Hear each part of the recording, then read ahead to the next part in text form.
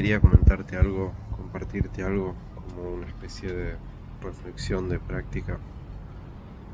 Eh, en en las tradiciones orientales de conocimiento iniciático esencial, eh, se habla de Tantra. Ya lo has escuchado mucho y muchas veces en nuestro mundo está la imagen de que esto tiene que ver con algo sexual. Tantra tiene que ver con la experiencia sensible, la experiencia de la experiencia. Y generalmente se lo asocia con una noción que es de unión. Y muchas veces se simplifica la idea de la unión en el aspecto sexual, que es uno de sus aspectos. Y hay algo en el conocimiento tántrico y yógico que tiene que ver con la experiencia plena, total de la vitalidad, y se lo siente muchas veces como una experiencia de unión placentera, una especie de vitalidad placentera, incondicional, que no está dependiendo de un control propio.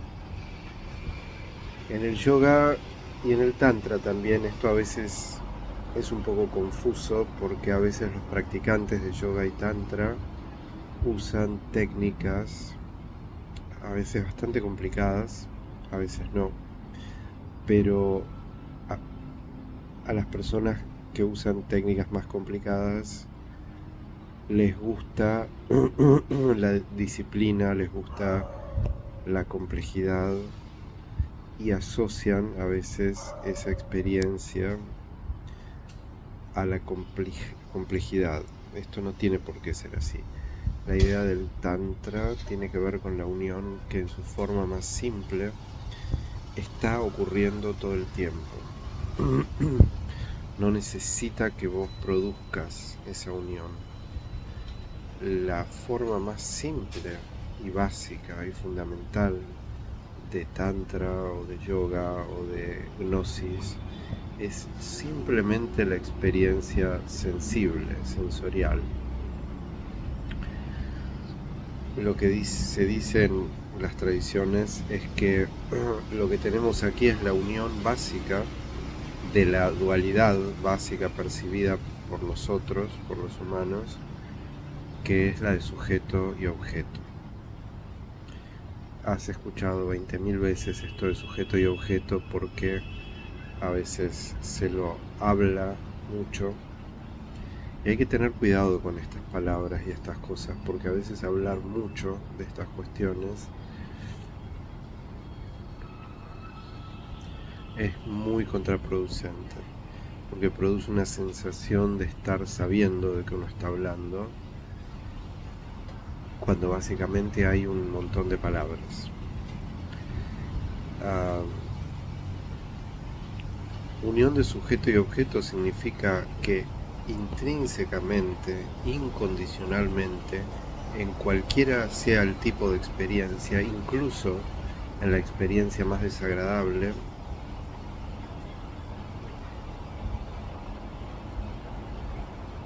lo que parece ser aquello que es percibido y aquello que está percibiendo son básicamente la misma realidad. Esto suena muy abstracto, muy filosófico, es una manera filosófica de decirlo, pero básicamente es algo que descubrís en tu experiencia directa. La experiencia contemplativa no es otra cosa que eso, es el descubrimiento, el redescubrimiento cada vez más simple y cada vez más amplio de lo que está ocurriendo en cada momento, siempre, siempre, siempre.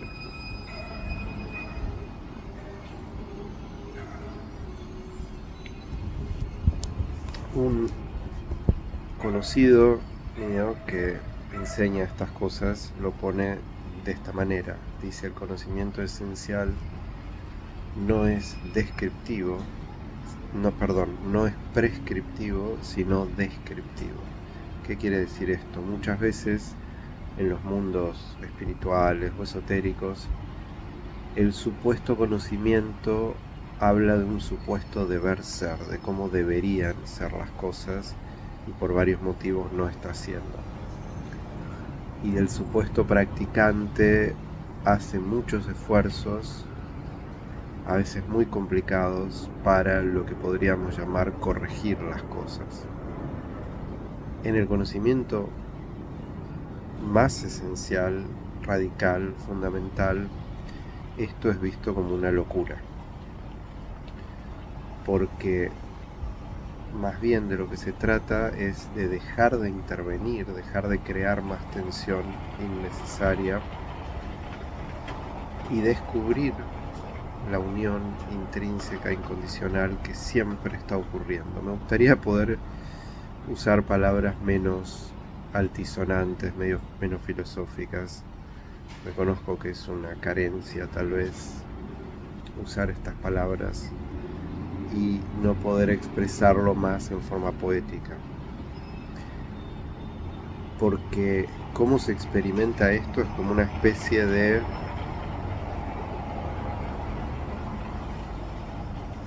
canturreo vital, de tónica, de vibración, de silbido en el cuerpo-mente, que de repente escuchamos y siempre estuvo ocurriendo, sin importar que estemos experimentando pensamientos, emociones, sensaciones, extravíos, crecimientos, nacimientos.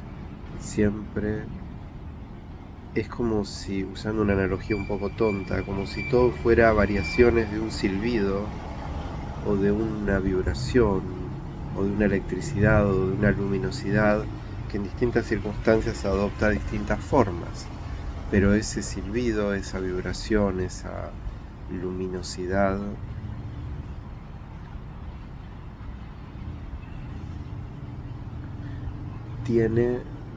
es muy difícil expresar esto, porque cualquier cosa que uno dice se asocia a lo ya conocido. Iba a decir tiene todo el mismo sabor, pero no es que todo es como si fuera, todo pasa a tener sabor de vainilla, en absoluto. Hay como una especie de electricidad vital, unificante, vivificante, que permite, facilita, fomenta la diversidad eléctrica en distintas formas infinitas. Entonces, quiero volver a lo que decía al principio. El Tantra habla de unión. Unión, una de sus formas es la forma sexual, que es tan potente como práctica porque es absolutamente real en la experiencia, pero al mismo tiempo absolutamente insubstancial. Eso es lo que investigamos en la práctica gnóstica, yógica, tántrica, iniciática, como lo quieran llamar, cómo el campo vital se manifiesta como una especie de urdimbre de infinidad de cualidades vitales en una especie de tapiz multidimensional perfectamente sincronizado,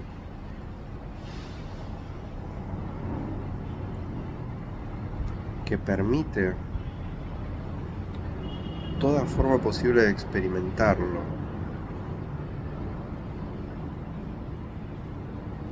Y esa unión es lo que es en cada momento. No necesita que la produzcas, no necesita que la controles. Simplemente la gran clave está en algo así como notarla. Pero no notarla en el sentido de que yo estoy acá y esta unión está acá y la noto así. Es algo que simplemente ocurre. Entonces, de lo que se trata la práctica es básicamente de generar condiciones psicofísicas y señalamientos que faciliten este reconocimiento. Generalmente navegamos en un mar de contenidos experienciales, mentales, que se auto-obsesionan con otros contenidos entre sí. Este señalamiento hace referencia y nos lleva a notar la naturaleza de este proceso en sí mismo, cualquiera sea la forma que esté adoptando. Por eso es incondicional, porque no depende de qué esté pasando, ni de ninguna de nuestras tramas dramáticas con las que generalmente creemos orientarnos y que se basan en las famosas dualidades, incluso la idea de éxito o fracaso espiritual. Cuando una persona se relaciona con estos procesos, empieza a obsesionarse por otro tipo de dualidades que tienen que ver con modos de practicar, con ideas sobre avance, éxito y fracaso. Esto mismo también son facetas de ese mismo campo, y ese campo no depende de ningún tipo de éxito ni de ningún tipo de fracaso.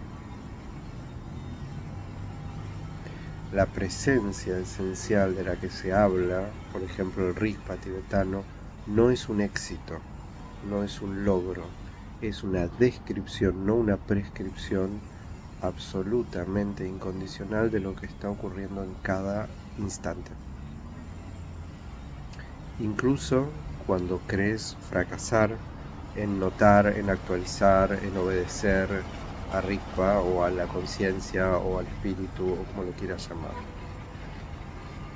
Por esto en la tradición católica se habla de el amor incondicional de Dios. Ese, entre comillas, amor incondicional significa que la unión con lo sagrado no depende de que fracases en alguna idea respecto a cómo debe ser lo sagrado. Es otro tipo de cosa.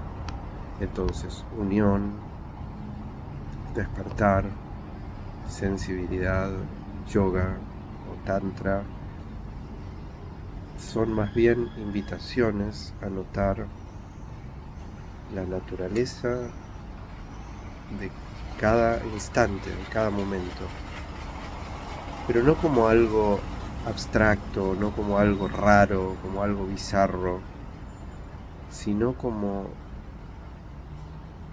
algo que no se hace, sino que simplemente notamos que está ocurriendo en cada instante.